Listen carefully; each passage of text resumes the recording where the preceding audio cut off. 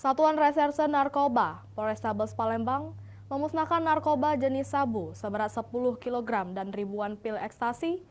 Pemusnahan dilakukan untuk melengkapi berkas perkara para tersangka.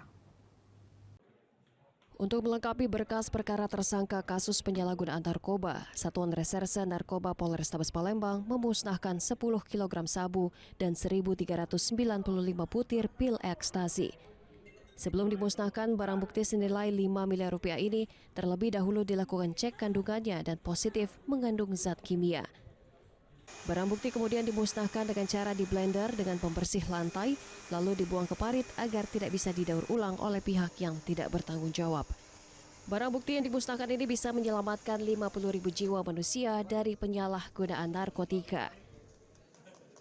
Dari barang bukti yang kita lakukan penyitaan dan kita lakukan pemusnahan ini senilai kurang lebih 5 miliar rupiah kalau apabila kita setarakan dengan hasil penjualan sabu pada hari ini.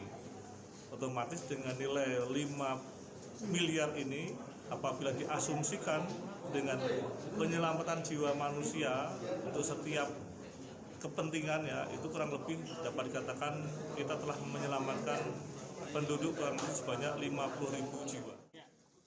Atas perbuatannya pelaku dijerat dengan pasal 114 KUHP nomor 35 tahun 2009 dengan ancaman seumur hidup atau hukuman mati. Dari Palembang, Muhammad David, A News melaporkan.